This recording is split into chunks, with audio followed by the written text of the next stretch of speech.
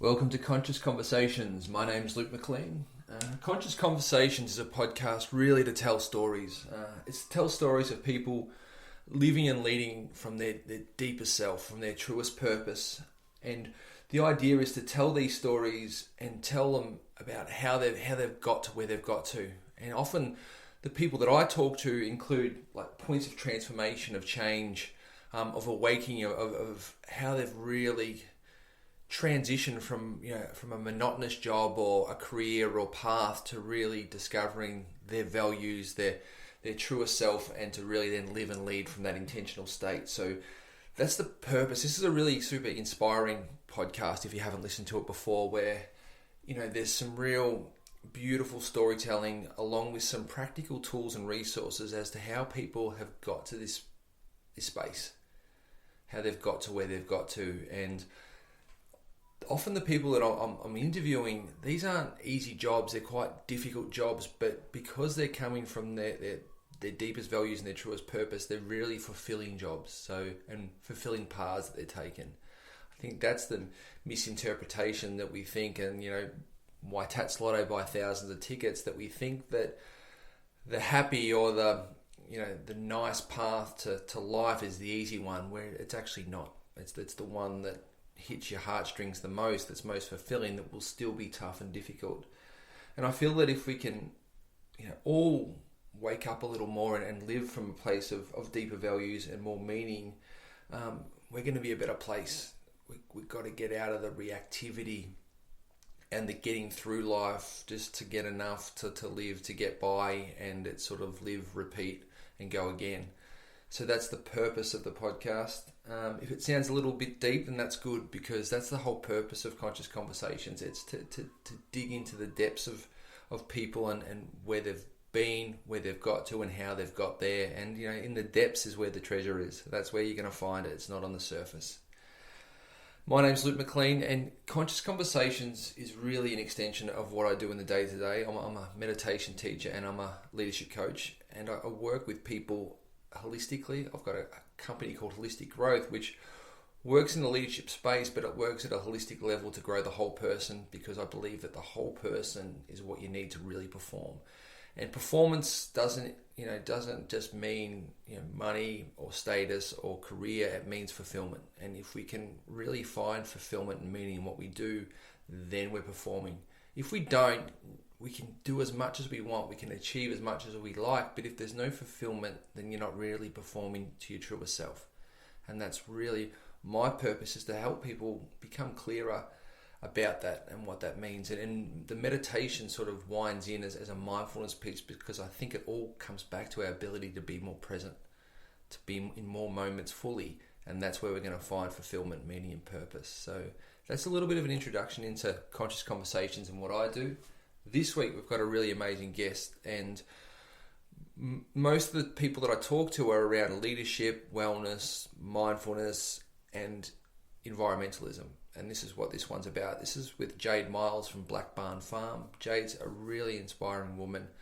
Her and her husband Charlie live out in Stanley, which is right out in Victoria, and they've got this beautiful organic, regenerative permaculture set up a farm, mostly apple trees, and they're doing some beautiful work, not just with their farm, but also with their community and their workshops, and they want to educate people to live more connected to nature through food.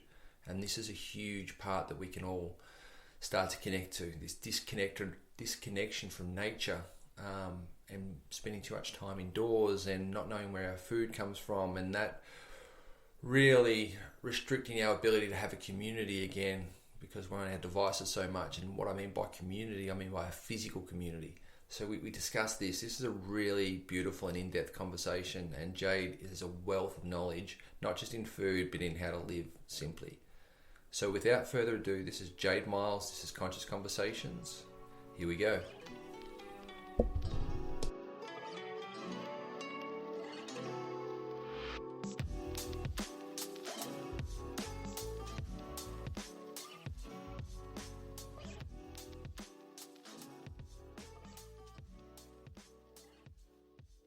What was the What was the decision making, or what was the process to get the idea and to really take those first steps into farming? Like, um, how did you start that conversation? It definitely wasn't just one conversation. So it was definitely something that took 10 years. And people ask us that quite regularly. How did you get to where you've got to? It kind of took 10 years to sow the seed and then another 10 years to bring it to life, really. So we both grew up in the country. We're both country kids. I grew up in Gippsland and Charlie grew up in the northeast. So I was in a place called Druin West and he was in a place called Porpunka. And so both of us had the really fortunate opportunity to grow up in communities where we were surrounded by family and surrounded by, really tight, close-knit communities that banded together when things went pear-shaped or celebrated when things were worth celebrating. And so we had both a very strong sense of longing for that. We met at uni. Both of us went to university in Melbourne. He did hydro geoengineering and I did PR, but both of us rapidly stepped into quite different arenas pretty quickly. So we always knew we didn't want to live in the city. Both of us knew from the get-go that we both wanted to be in the bush. I actually wanted to be in Gippsland where my family were, but I drew the short straw. And so we moved back to the northeast. And where we actually bought was in a little place called Stanley, which is where Barn Farm is now, but not in the house that we were in. We were surrounded by apple orchards. It's a traditional nut, cherry, berry and fruit growing region, pear and apples specifically. And we were surrounded by them, and that was only 20 years ago. And slowly but surely, even in the 4 or 5 years when we first got there, we just watched as the ageing farming population pulled their trees out. And every time we asked them, they would say, well, the long and the short is that there's no money in it anymore. The commodity markets have changed our ability to make any kind of living of our scale property. And all of those properties are quite small scale. And so they had all convinced their children not to go into the family farming business. And so they just didn't have succession plans. And then they weren't able to sell their farms with fruit trees on them. So despite some of them being there for 5 or 6 generations, they were getting pushed out. And so that kind of sowed the seed probably. If there was any one moment, we were sitting on our little tiny cottage of what used to be an old pub built 150 years ago. We were sitting on the front veranda and watching as the bulldozers pushed our neighbouring property's pear and apple orchard out. And we had a lot of time for our next door neighbour and we'd had lots of conversations with him. And he had honestly, in a state of heartbreak, had said, I can't keep going on. I'm done. And there's no one to take it on. There's no way to make money, and I'm just going to sell the farm as a bare lifestyle block. And it sowed the seed to make us realise that something wasn't right. And then inevitably, as time goes by, I had grown up as the kid of 2 permaculturists who grew pretty well all their own food and traded what they couldn't grow. And we lived so simply, I can't tell you. And that sounds like I'm romanticising it. It was actually bloody hard. They had no money. We had nothing. Dad was an artist and Mum was a nurse. And I think what I probably did was romanticise it a bit as I got older. I started to realise that I didn't want the complicated bullshit that goes with life. What I wanted was really connected, simplistic, less moving parts existence. And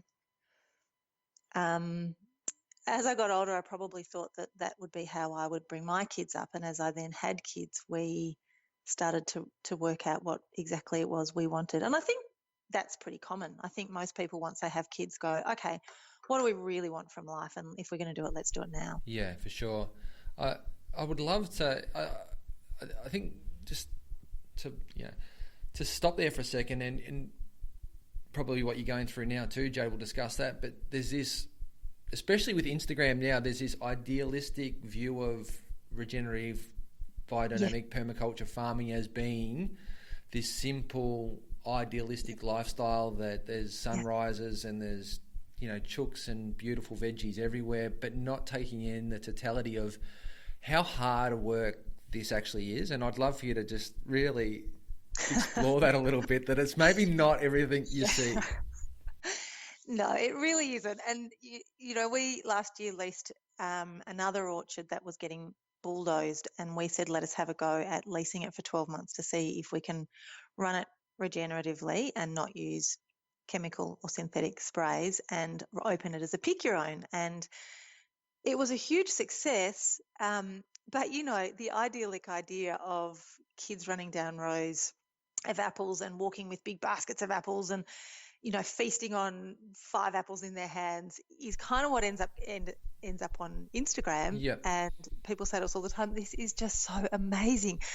And we say, look, we know it is, but the 2 o'clock in the morning biological organic spray that needs to happen at that time, because that's how organic orchard management works, which is quite different to commodity growing, isn't idyllic. And the fact that we are running an orchard that isn't ours, and we're running our own orchard in its infancy, and we're both working off farm in order to pay for all of it because we're first generation farmers, that's not idyllic either. And so, look, we also run a whole lot of workshops, and we do about 15 or 20 workshops a year to make sure that.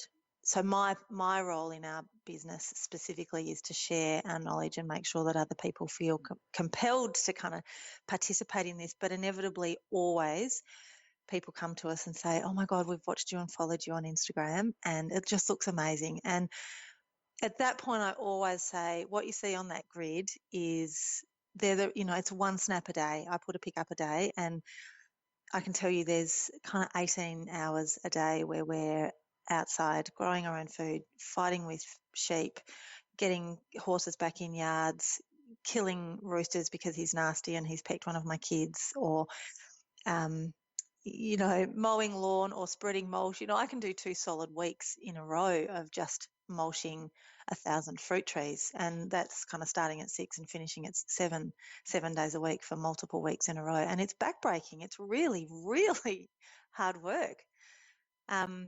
And even growing your own veggies. So I essentially homestead full time. I do a lot of off-farm work as well now, or I do less now than I have ever done. I'm doing more on-farm work, but I still am off farm. But, that requires an hour and a half every morning and pretty well every night as well, getting chickens fed and hoop houses watered and all the irrigation turned on and off, and, spraying organic neem oil for grasshoppers. And it's kind of full time. It truly is full time. And the days are really, really long and really physical and outside. And so that's blissful if that's what you want. But it's not romantic in any stretch of the word. It's actually backbreakingly exhausting. But if that's what you love, and that is what I love, it can be beautiful. Yeah, I think that's the bit that's really speaking to a few different people that have moved into sort of market gardening and regenerative farming, is that there has to be a deep commitment to and what you're sort of saying is really core values around, it sounds like, around community, around living simply, around food sovereignty and quality, that really creates the foundation for wanting to dip your toe into this lifestyle. Yeah, it's hard to dip. Yeah, that's right. It has to be really, really strong. And it took us 10 years to really understand why we wanted to do this. Yeah. And our kids were a massive part of that. But I will say the truth of that is that you do it for your kids, but you actually spend almost no time doing frivolous stuff with your kids, because you just don't, because you've actually got to get the mulching done, and you've got to get the irrigation, and you've got to fix the fencing. And so you do it for your kids, but it doesn't give you a whole lot of tranquil time running in the paddock. We definitely do things like throw blankets out and do a bit of cloud watching. We eat picnics in a paddock for most meals, which sounds ridiculous. And that actually probably sounds romantic, but the reality of that is because I haven't got time to do anything bigger and more substantial. So I just throw snack plates together and we sit on a mat in the paddock and eat it.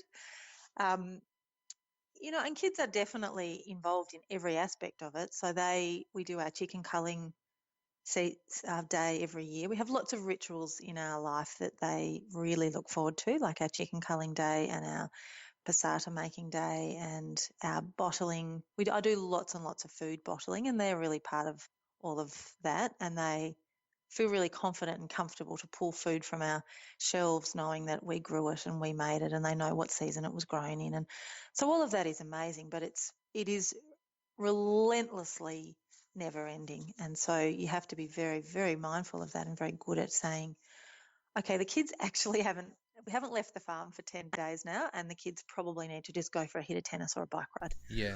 Well, my wife and I, we're going through a similar conversation. We've got kids, and it's the conversation is, and I'd love to get your insights into like the decision, to go down this lifestyle, to do the farming. Has it had the benefit or the impact on the family and on the kids that you were hoping, or that you when you set out to do this as a lifestyle based around parenting, has it had that impact that you wanted? Yes and no. Yeah, okay. So yes, because my kids absolutely, without a doubt of hesitation, know where their food comes from. Yeah. They know how to grow it from seed. They know how much work is involved in food, and so they value it like there's no tomorrow. And they don't waste food. They really appreciate what it means to live simply and in tune with a seasonal annum. They understand that sometimes it's freezing cold and soaking wet, and you have to have appropriate clothes, and you still just go outside. But they're not inside kids by any stretch. So they are definitely becoming the little humans that we had hoped to create. But there's not nearly as much downtime with them as we had hoped. There's not nearly as much sort of idyllic, romanticized afternoons of sort of lounging about in beautiful surrounds as we had sort of thought. I guess we probably knew that would be the reality, but actually when it happens, you long for it a bit. And I think the other thing, my kids were at the little one when we moved to the farm and embarked on this was 3 or 4, and the boys were 8, the twins were 8. And so the boys, and they're twins too, so that's an interesting dynamic in itself. But we do lots and lots of workshops and events. And so all through spring, which is our key event season, the boys feel a little bit like their world gets thrown apart as we invite all of these complete strangers into their space to share it with them. And people are so interested and intrigued to know how the life that we lead impacts our children, that my little one answers anything with gregarious, colour, but my twins are a little bit more reserved, and they don't love the fact that we do that to the public. We do lots of things where we have an annual wassail, which is a Middle English pagan ritual where villagers come together and they march through the orchards to celebrate the oncoming harvest. And so we do that every year, and we dress up in wild outfits, and we bang sticks together and pots and pans, and we have fire torches, and we light a big bonfire, and we all do a big potluck feast, and it's amazing. But we do it with friends, and we don't do it as a paid gig, as a paid event. Yeah. And they love it. They absolutely. Okay. Yeah. And so that's spectacular. Those sorts of rituals that are created have been really rewarding, but certain parts of it haven't. But I guess that's every family dynamic, and that's just working with how your family operates. Yeah. Within, Jade, I'm really interested because I've heard even a couple of times at the start of the conversation, and I'd love to talk to you more. But with kids and within community, how important do you believe rituals and ceremony, is for us? I think it's something that culturally we are inept at, and we're just beginning to realise that it's powerful and that it's fundamental. And it can be as simple as acknowledging the shortening and lengthening of every day, and just intentionally and consciously acknowledging that with a cup of tea every day, which is how I start most of my days. Or it might be that it is a great big bonfire midwinter wassail, and it's big and it brings lots of people together and it feels sort of tribal. I think it's actually crucial, and I think it's one of the critical things that's missing from our cultural society that has become consumed by consumerism and biggering and endless growth paradigms. And I think what's happened is we've actually lost touch with what really matters. So seasonality is probably the simplest and easiest to connect to, and we just don't. I say to school kids all the time, so this is an apple, when do you think that came off the tree? And very rarely do I get kids who actually know when an apple should be picked from a tree. They just have this assumption that they're 24/7. available. Yeah, yeah. And also when I ask them what kinds of apples, name some for me, the most I've ever had named for me from a group of school kids is 12 apples, and it always includes red apples and green apples. And we've got 98 varieties of apple on our orchard alone, and people are blown away to know that there's thousands and thousands of registered apple varieties across the globe. Wow, So yeah. those sorts of things. So ritual in our house is as simple as the kids saying, hey, it's the start of Feb, that means the Vistabellas will be ready. Or it's starting to get really cold, so quite soon the pink ladies will be ready. They Yeah. have an understanding that as the season shifts ever so subtly and slightly, it will mean that different food becomes available. Well, so much of rituals in the past were based on exactly what you were saying. Were based on food, and were based on solstice, but it was all heavily based on a connection to nature, which we're realizing that the disconnection from nature is a disconnection from ritual and ceremony, which you're bringing back. And community. Yeah. They're fundamentally about survival. So if you didn't have a true understanding of what grew when and how, you didn't survive.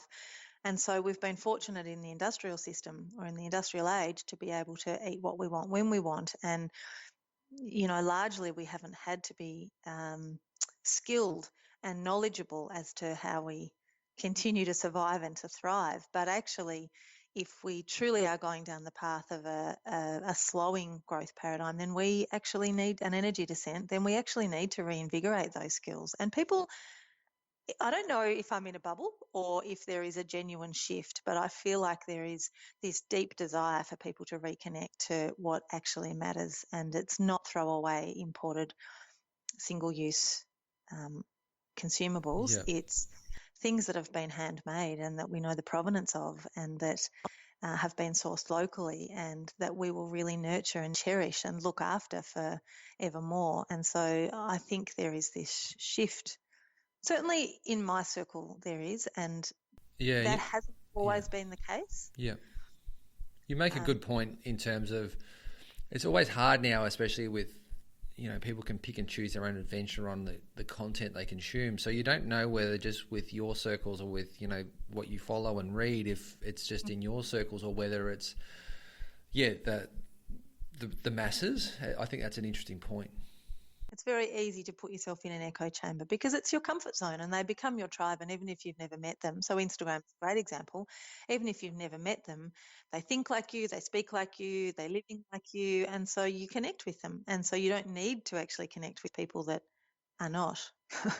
So, it's interesting. And actually we get quite a bit of media for Black Barn Farm. And earlier this year, we had a big lifestyle publication take us on and do a beautiful big spread. And, it wasn't Pip or Peppermint or any of those that would ordinarily understand and speak a language of regenerative culture and regenerative farming and simple living. But it was one that was much kind of glossier and much more consumer oriented. And I had a few people say to me, I think you've hit it's the wrong audience. And I said, but surely this is an opportunity to introduce the idea of what regeneration means and what living more simply means, and finding real value and celebration in basic simplicity. Actually, it doesn't mean that I'm poor. It means that I've intentionally decided to live much more simply. And actually from that, there's a richness that I haven't experienced before. Yeah, well, I think that's it's probably a good marker that magazine, whichever one it was, that it is starting to become a bit more commonplace. If you're getting a little bit broader scope of people that want to connect with you and hear your story, that's probably a really good barometer.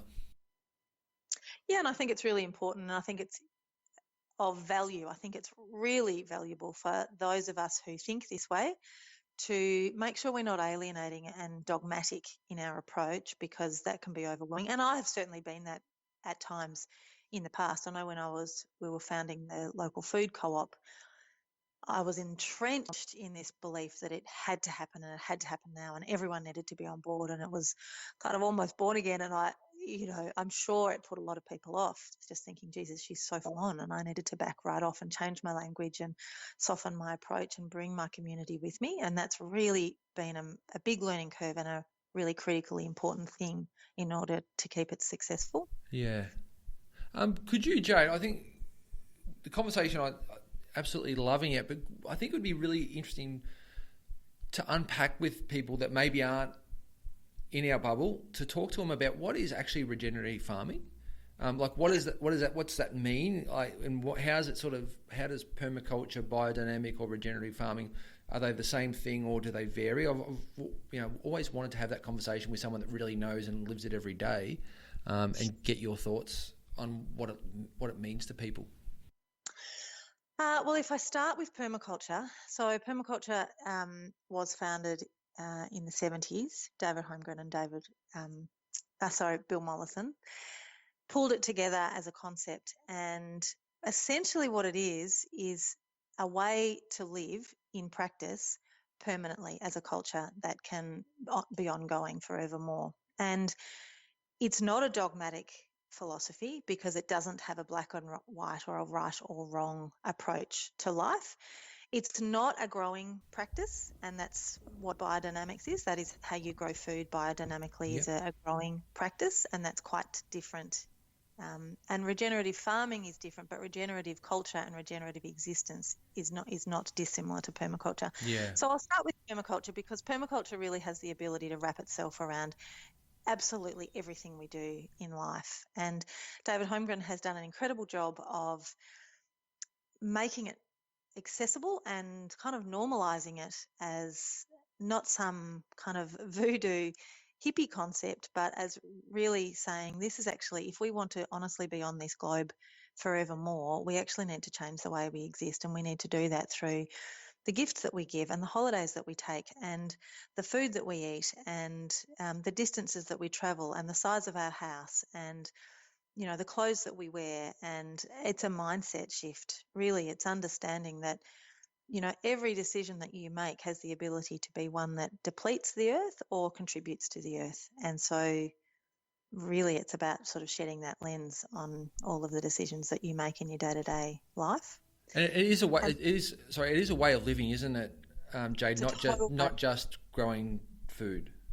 Definitely not a food growing practice in any way, shape, or form. Yeah. However, it is very, very hard to live on this, to expect that we will be able to live on this globe forevermore without us taking some ownership of where our food comes from, because it is the single greatest contributor to emissions. It is the single greatest contributor to environmental destruction. And, along supply chains and lack of localism has the ability to totally unravel us. And it sort of is. If you actually look around and truly take stock of what's been going on in the last 40, 50, 60 years, we're doing nothing but endlessly destructing. And so permaculture really is permanent culture. So do we want to be a permanent culture? And if we do, we need to change the way we live. And it's not just to do with growing food, but you sort of can't take that on for sure. with food. Or knowing where it's come from. If you truly don't have capacity to grow it yourself, then work with someone that is. And, share backyards to make it happen, or have someone that's retired grow it for you and you pay them a fair price, or you look after them in return, or whatever it might be. Find a way to really interact with your community so that we are living in a far more permanent way. Yeah, and it's not... It couldn't be more needed now with we'll talk a bit about later the fires that came through your property, but also that's an extension of the climate, and also showing just the fragility of the planet and the impermanence of, if we don't look after the planet and we don't start to sustain ourselves, that things can change really quickly. Yeah, that's right. Well, that's right. It does feel like it's changing quickly, but in fact, it's been changing for a very long time. For sure. And we're just not very good at observing that, because for lots of reasons we've stopped observing what's going on around us. We're consumed with the immediate and the short. So short-termism has sort of dominated our ability to observe for a very long time. there's lots of reasons behind that too, which I won't go into now, but could if you wanted me to. But just to go back to your earlier question about the difference between permaculture, biodynamics, and regenerative. So permaculture, in my view, is, and everybody has a different opinion, but in my view, it has the ability to be a way of life that no other framework that I have seen, and I've read a huge amount and seen a lot, can do. Biodynamics is a growing framework, and so you apply that to production of food, which is quite different to permaculture. And then regenerative is exactly that. So to regenerate means to give back rather than to take. And so it's things like looking at your soil structure and so I will speak on our behalf because everyone's interpretation of regeneration is slightly different. But for us at Black Barn Farm, what it means is to go back to a place that mimics the natural systems, natural cycle, natural ecosystem. And so we started from the ground, and this is something that most people in the regenerative space won't disagree with. The soil is your absolute fundamentally most important thing. There is nothing more important than the structure and the quality and the ability for your soil to generate what it needs to generate. And so for us, that means we don't use anything but biological additions. So we don't use anything synthetic. And at the moment we put back in, we hope to get to the point where what's happening is a natural system that actually contributes its own leaf matter and biodiversity. But at the moment we've spent 3 years doing cover crops and 3 years doing biological sprays and those sorts of things. We've used mycorrhizal fungi so that there's this fungal hyphae that's symbiotically working in the soil and speaking to the roots of our trees. We've added fish emulsion and soybean powder, and we've also added a bit of phosphorus that's come through. It's come through a donated trailer load by about 10 from a local brewery that was bought by a young couple, and they found that their whole entire loft had been filled with pigeons since the 1960s. And the pigeon poo almost went to the roof, or kind of went to your waist. And so we dug it all out of their loft, and we've used that. We let that break down, and we've used that on all of our orchard. And then finally we add wood chips, and we use wood chips from a waste source, essentially, from trees that are deciduous. And it's the 1 or 2 years worth of growth off deciduous trees, which is where the lignin in the cambium layer of the tree is the richest and the strongest. And so when that breaks down, you end up with an incredibly biodiverse mixture. And we put that on our trees by hand. Every year we load tons and tons and tons and tons out, about 40 trailer loads go out. And so we don't spray. And the other thing we don't do is we don't slash. And so it looks like a bloody great mess. So people come to our property and say, bloody hell, there's a whole lot of weed activity going on here. And we say, well, that's the lens you're looking at. But what we see is a rich, biodiverse ecosystem that is thriving, because by leaving all of the interrows and the rows where we've got our irrigation line in between our trees, we end up with really diverse grass and plant species and really diverse insect species, which you wouldn't get if we sprayed the hell out of it and slashed the hell out of it. And so what that gives us is something that begins to mimic the natural system. Yeah, okay. Thanks for that, Jade. That was a really good insight, like an amazing insight. And then I learned so much on that. I'm just understanding the process, but the importance of and what goes into just trying to create what sounds like fundamentally like good, high quality soil as the starting point for everything else to get where you need to go, and to understand. It sounds like, and talk to you, but that we've depleted so much of the soil. You're just trying to get it back to a healthy, thriving state that you could grow organically and naturally again. Well, I guess also what we don't want to do is ever have to be input addicted. And so once our trees are fully fledged and growing, so they've been in the ground now for 3 years, but they will take another 2 to 3 years before they're really giving us a crop of value of worth. We don't want to get to the point where our trees are trying to feed themselves out of a soil that can't feed them. So we don't want there then to be an unbalance in the natural system that they're growing in, and so that then requires us to spray. So if we can minimise as many sprays as we possibly can, because what we're growing are full-sized trees that haven't been espaliered, so we don't plant a metre apart like lots of commodity commercial growers do. We plant 4 metres apart. So our trees are on a diversity of rootstock. We've got 3 different rootstocks in our orchard because all of them have different capacity to fight different natural diseases. And so, the complexity associated with the design of all of this actually sits with my husband, who has a science background and I don't.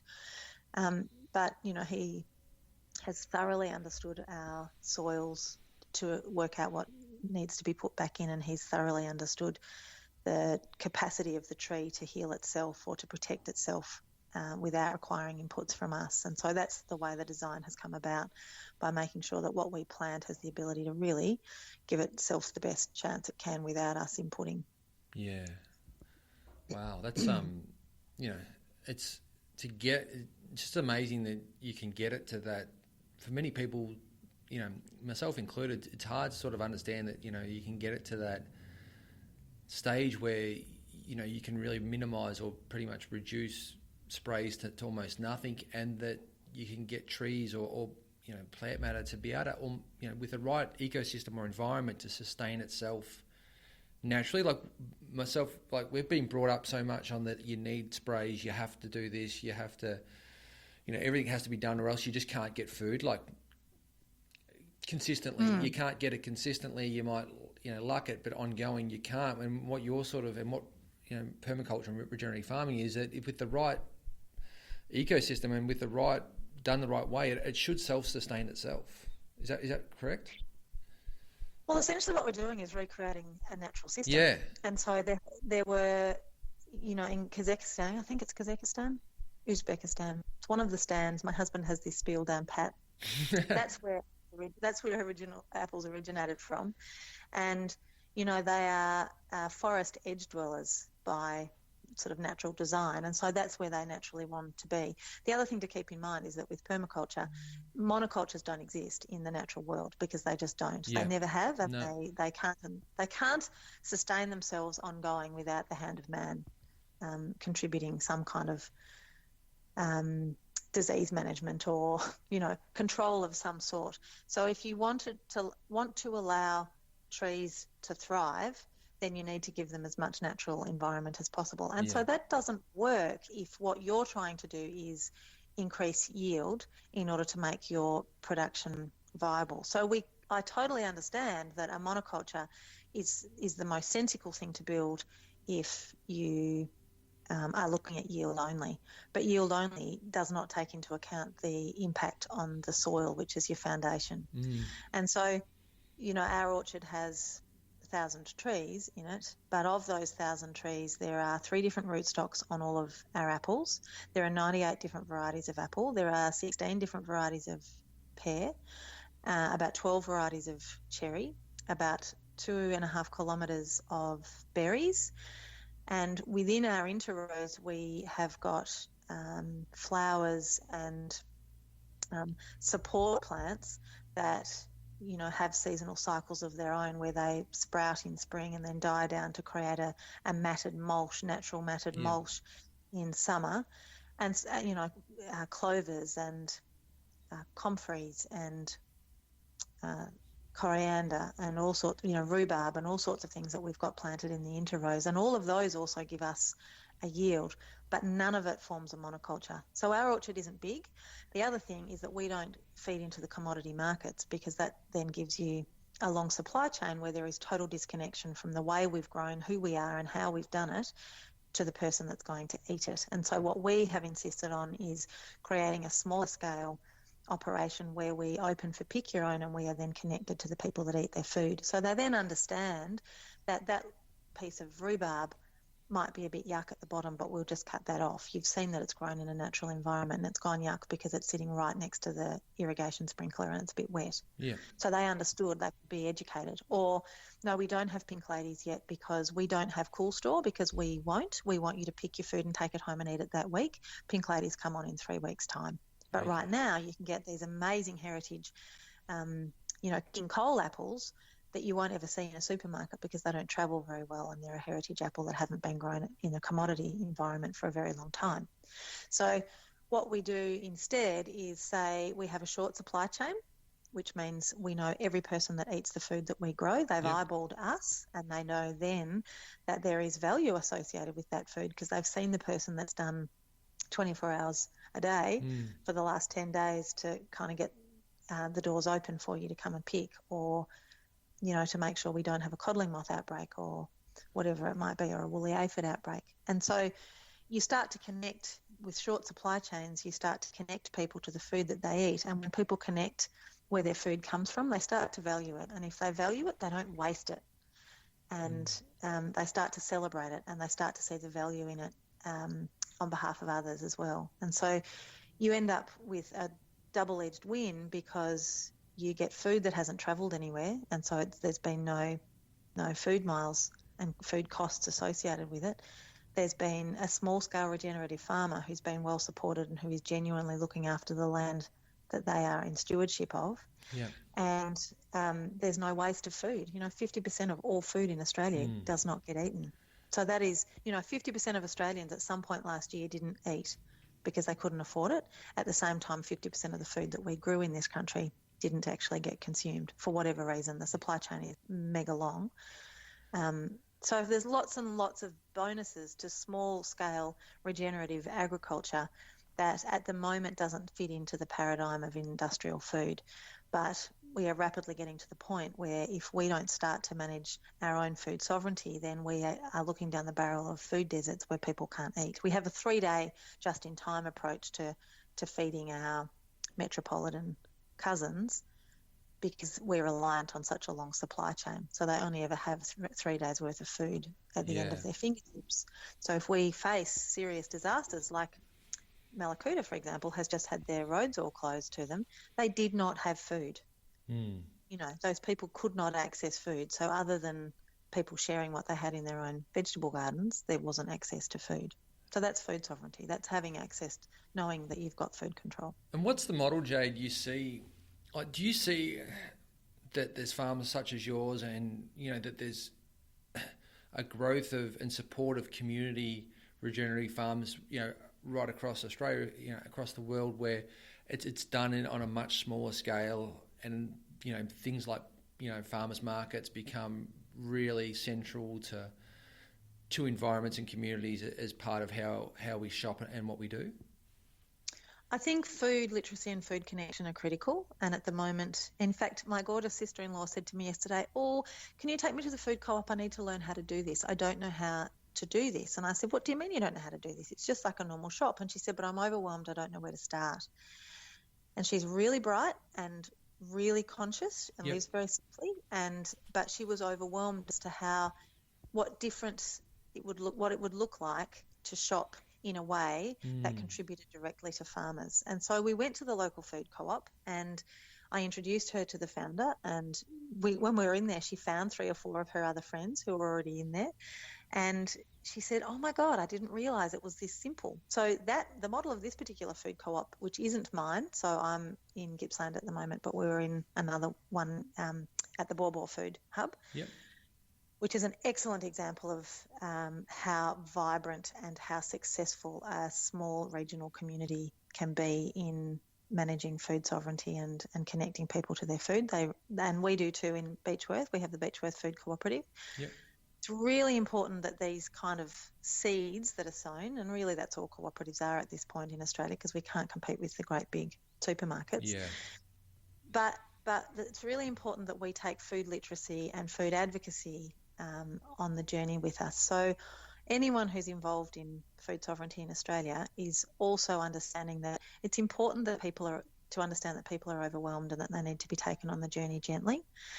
They understand that events and educational workshops and, food literacy teaching through schools programs and those sorts of things are really important. Abundance swaps, so that people understand seasonality and they understand the fractured difficulty of growing their own food. And, they understand that if a hailstorm goes through, it will wipe small farmers out.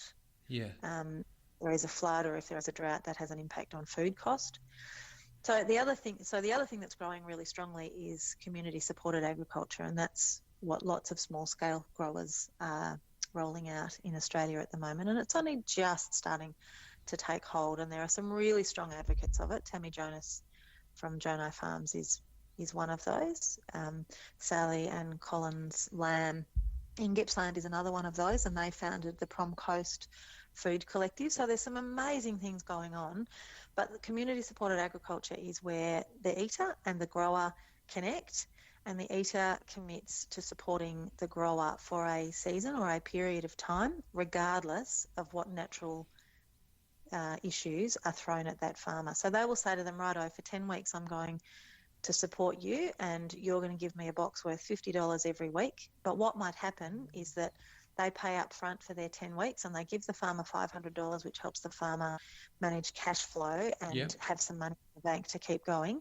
But then what might happen is that there's a fire that goes through and half the stock is lost, or they might have issues with, a flood or cockies or a storm or something that goes through and does damage. That grower has committed to getting their share. So their share has suddenly just decreased. And so for us in Australia, where we're used to going to the supermarket and getting whatever we want, whenever we want, for whatever price we think is fair, that feels awkward and that feels expensive and that feels like it's not good value. But actually what they've done is they've ensured that next season, when we don't have a cocky problem and we're not in drought anymore and we didn't get a hailstorm through, they get an abundance beyond their imagination. So they're actually in bed with that farmer through thick and through thin, because as an eater, the only way you can eat food if you're not going to grow it yourself is to rely on a farmer to do it. Yeah. And so if you're not going to pay them a fair price and you're not going to ride the highs and the lows with them, then you're not going to eat.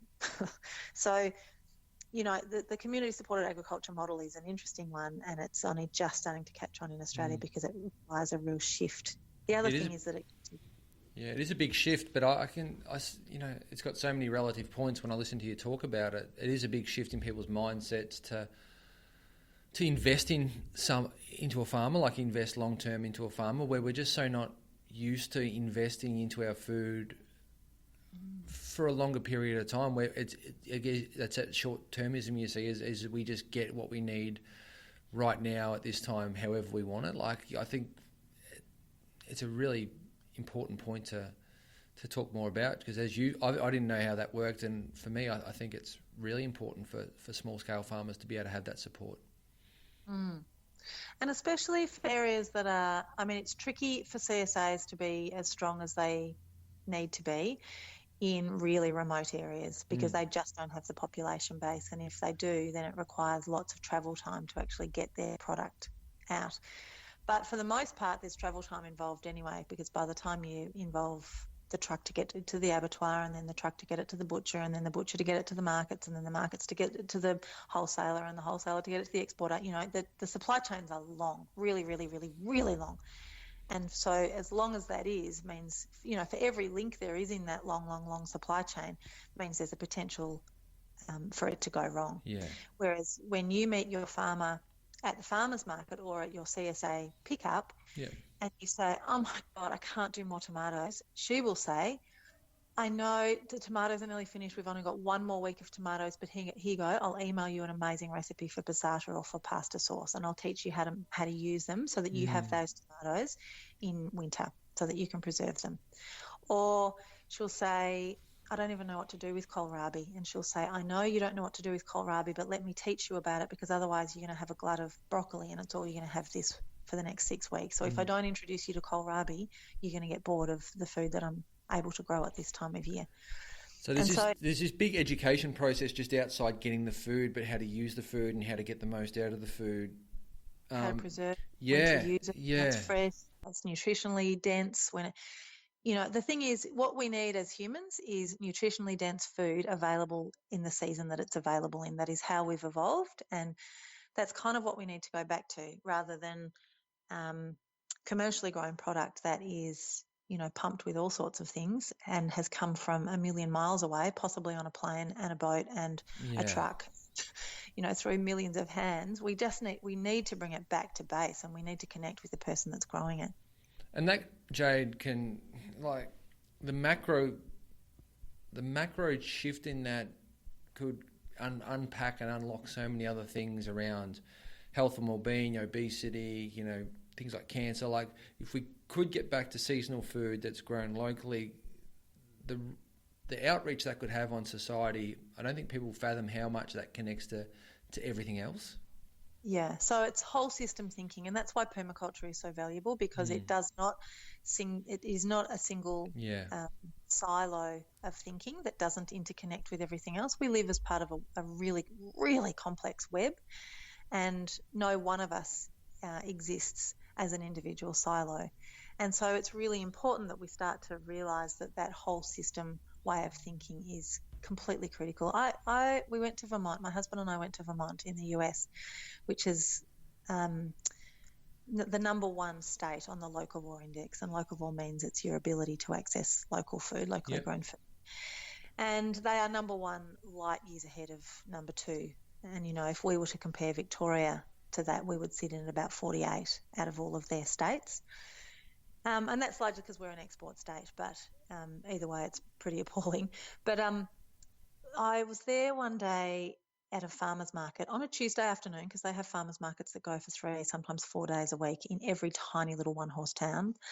And this guy, who was probably 75, grabbed my arm and he said, the best thing that ever happened to us was the GFC, because it meant that our long supply chain markets shut down on us, and we had to be creative and we had to think on our feet.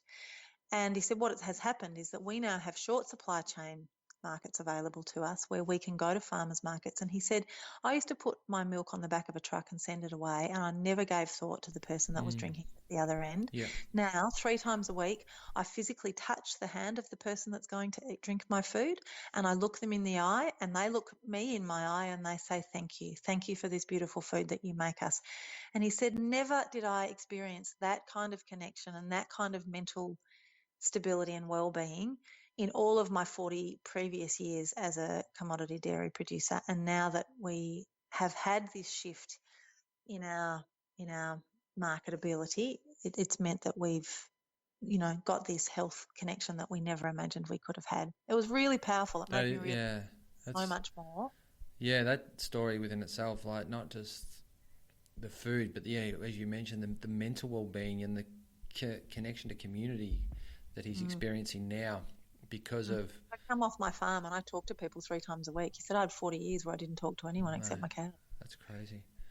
Jade, before we finish, I wanted to touch base. And I spoke to you earlier, but, I was on holidays with the kids at Port Fairy, and, I was grabbing a coffee. I went for a run. I was grabbing a coffee, and I saw one of your posts, and I do on Instagram, and I do love your posts, but, it was a post that really spoke to that, Charlie, your husband, had been fighting the fires, that you'd waved him off the night shift. You'd sort of... The post sounded like, there was just a lot going on, and then you wrote this list around, sort of 20 ways to live simpler, more connected, to reduce your impact on the planet. And the list was amazing. I really loved it. It was so many things that resonated with me, and so many, as you said in your post, so many reminders of what we need to do, even if we're already doing them. And I just wanted to go through that list a little bit. I know, and just talk to it and dig into it, some of those a little more as to, how we could do those, but also what would be the impact if a society started to do this. And that's where I sort of go sometimes. It's like, you might do 20 of these or 16 of these. I might do 12 of these. Someone else might do 8 of these. But if collectively millions of people were starting to do this, that impact we could have. I think the reason I wrote it was because, well, I was exhausted. Yeah. Charlie had been doing 16-hour days and he did them for sort of 6 weeks pretty well straight. Um, and, that's nothing compared to some of the New South Wales firefighters who were out there for months.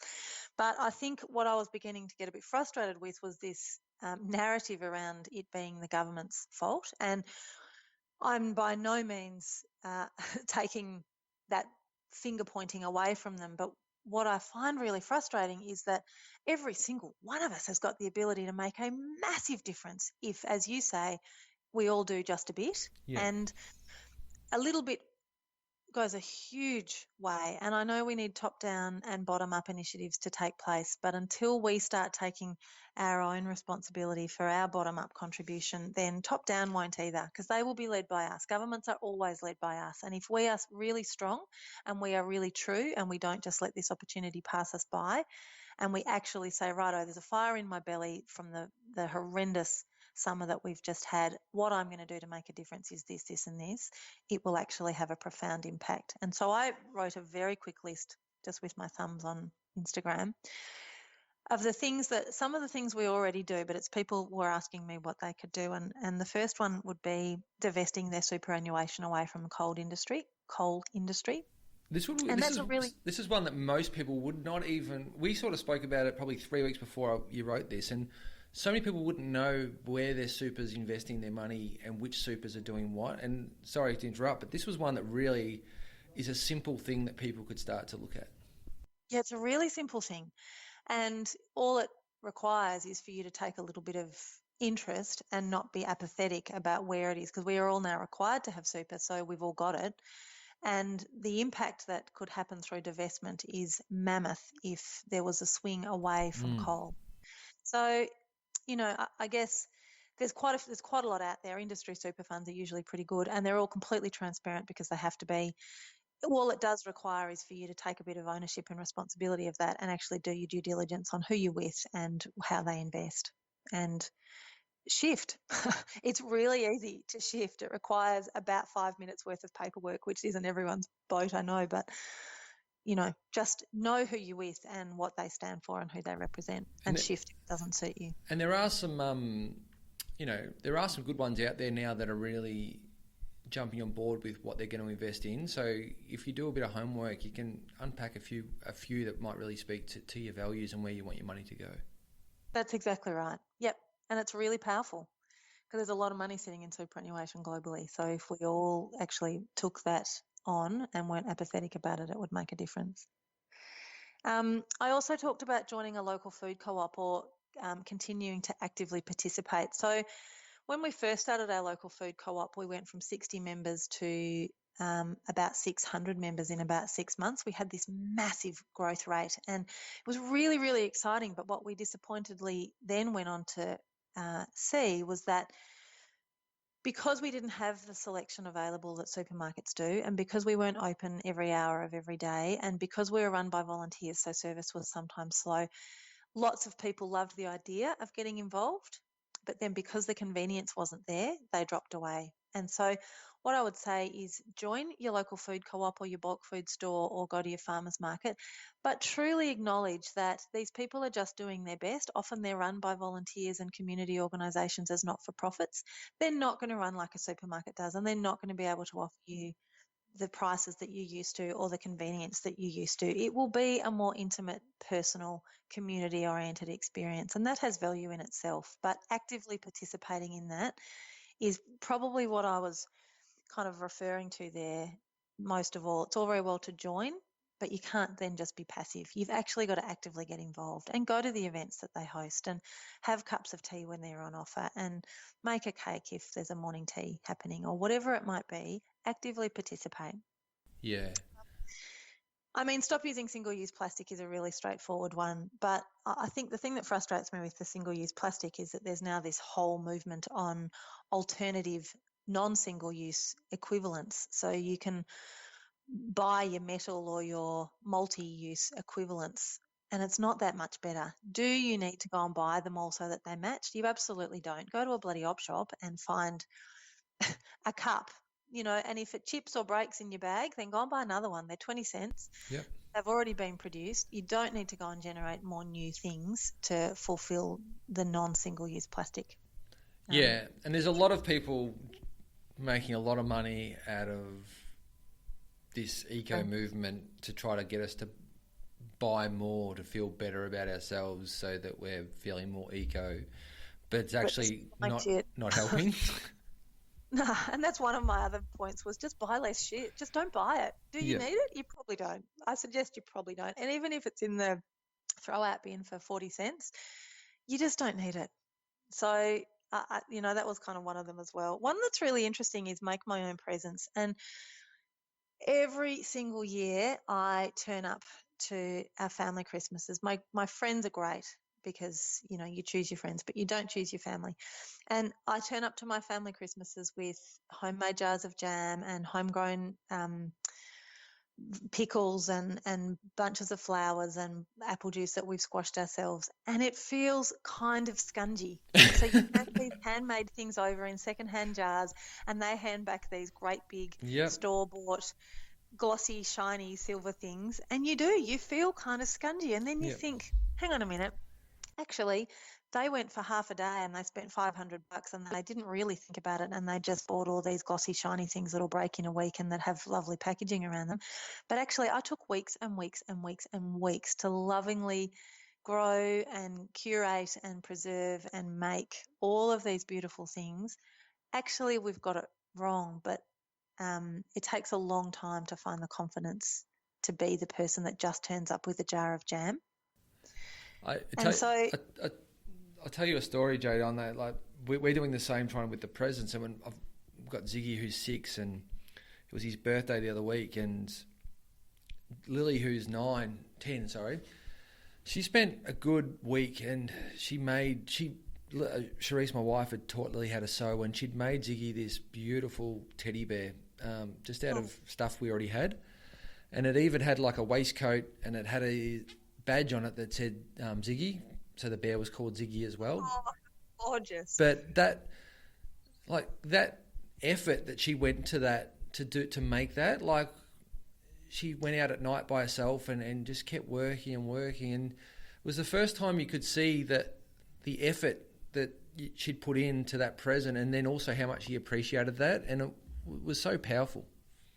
Really powerful. We stopped doing presents for our kids when they were little, and in fact asked our friends not to do it either, and some of them would say, no, that's not right, they need a present and I want my kids to be able to give. So then we started saying, okay, well, if you want to do presents, then make them.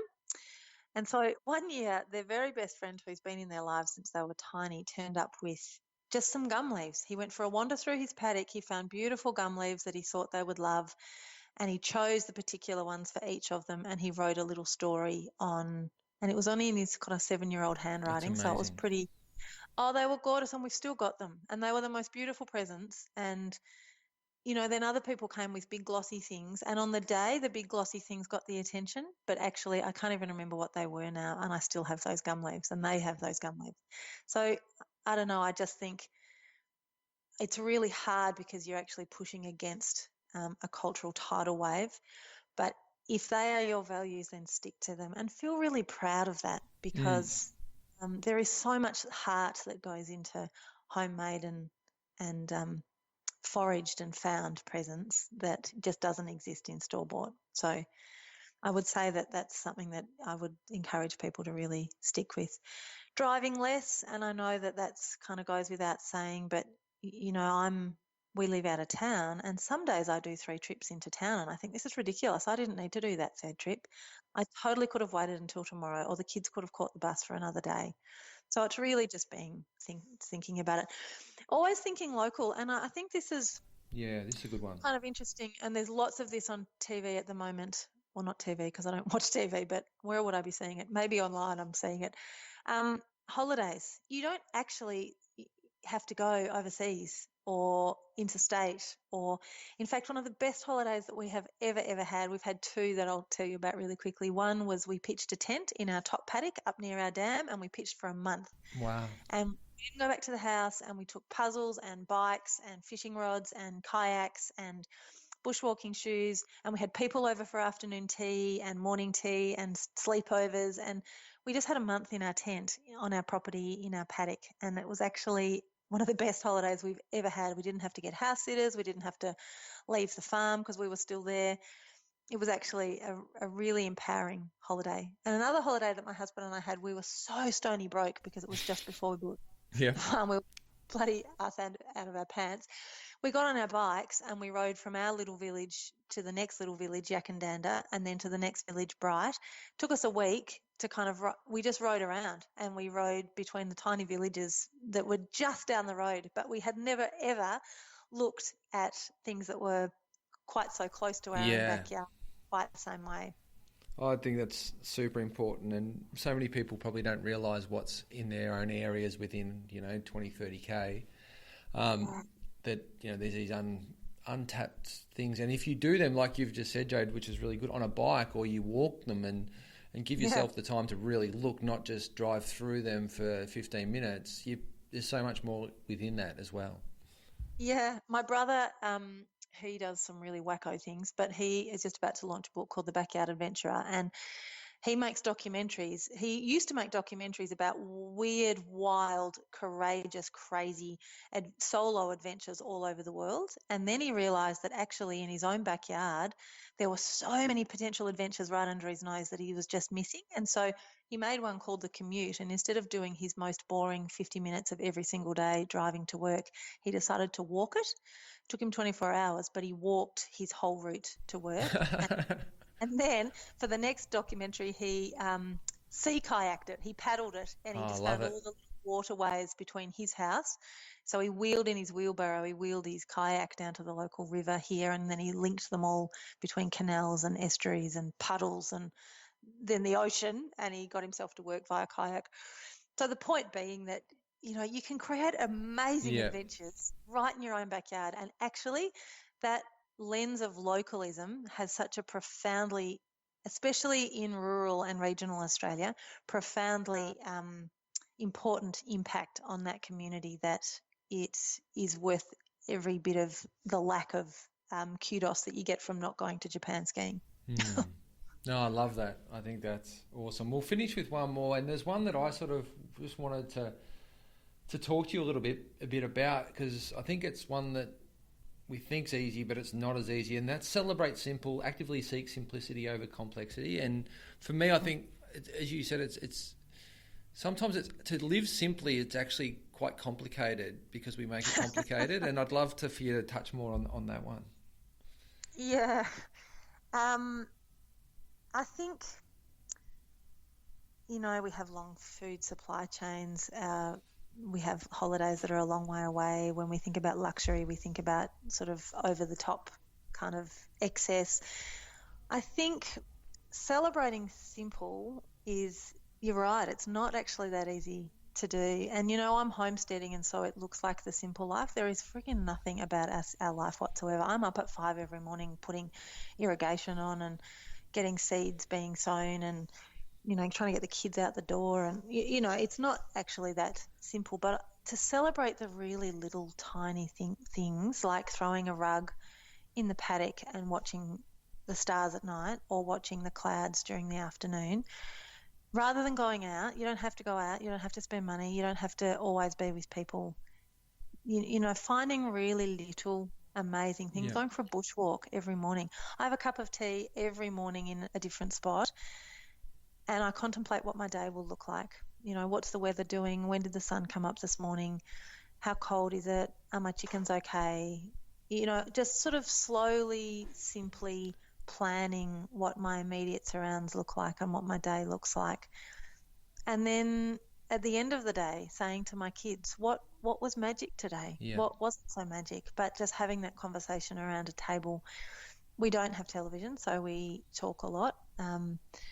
But we actively engage our kids in what worked and what didn't work today, and what was worth celebrating. And it might be that the new flush of roses have come through, or the cat caught 3 mice in the hoop house, so we don't need to worry about our little baby corns being eaten anymore. Or we got a load of mulch delivered from someone who didn't need it, and they knew we used it, and so that is amazing. Or today we got given a litre of fresh goat's milk from the girl up the road who has been using apples for her goats all season. And isn't it just the most amazing thing to drink fresh goat's milk from a goat that was only milked this morning by someone we know and love? Yeah. So those little things, it's probably a mindset shift, and it's really taking pleasure and creating your own rhythm and your own ritual. I think that's probably, if I was to finish off saying anything, it would be to find a rhythm that celebrates the natural world, that celebrates ritual, and that really, really genuinely sees value in less. Because if we keep wanting more, then we're on a path to nowhere. Whereas if we keep wanting less, then we see magic in things that are actually already around us. Yeah, I think that's a beautiful way to finish. And just to add to that, Jade, people like your story and what you're doing is off the charts amazing. And people don't have to go and buy an apple orchard and do what you're doing. But I think the 3 points you make there is that those are tangible points where if you just connect and live a bit more in the natural world, community. Don't go to the market or the mall. Go to the bush and go for a bush. Community and ceremony and ritual, have that in your life in some point, and if you can do that with nature, that's even better, or food. And then less, think less, not more. Those are three things that you can definitely bring into your life tomorrow or today, and not have to go and feel like you need the cabin in the woods to live simply. No, that's exactly, and everyone can do it. So, our kids set the table at night and they'll put flowers on the table that they've pulled out of the grass or out of the paddock or out of the garden. Yeah. And they're really simple things, but they change all the time because the season changes, and so the things that are available to them change. And so it's a topic of conversation. Or, as a kid, I always filled all our vases full of flowers in the house, and my dad would never let me throw them out until they'd been there for about a month and had gone through their complete cycle. And he would say they're still beautiful, even though their petals have lost their colour and they've lost their shape. They're still actually quite beautiful. Yeah. So just observe that and appreciate that. So it's really consciously taking the time to observe what's around you and find the beauty and the simplicity in that, because it's actually enough. We think we need more, but it's actually enough, because my God, it's actually amazing. Yeah. I think that's the perfect finish. We have enough. We have enough. Joe, Black Barn Farm, just on Instagram, I think it's just black _farm_, is that correct? Yeah, black_barn_farm. Yep. So if people want to check out, I'll put, if it's okay with you, on the show notes for the podcast, I'll put the that list of 20 so people can read that again and go through that. So, we went through a few of those. And definitely just jump on your website, which I think is just blackbarnfarm.com. Is that right? It is, yep. Yeah, and you've got plenty of workshops and stuff where you could check out. And if you wanted to, get a weekend up there and visit that beautiful area and do one of the workshops, I'd imagine that's what a lot of people are doing, as well as the local people. Yeah, we get a really good mix of people that are from interstate and Melbourne and local. Yeah, there's things like grafting workshops. My God, that just keeps filling up. Beautiful. So many people want to know how to graft. Beautiful. All right, thank you so much, Jay. That was amazing insights just into how you live, but also, how we can start to make some conscious shifts in how we live. So I really appreciate your time. No worries. Well, good luck.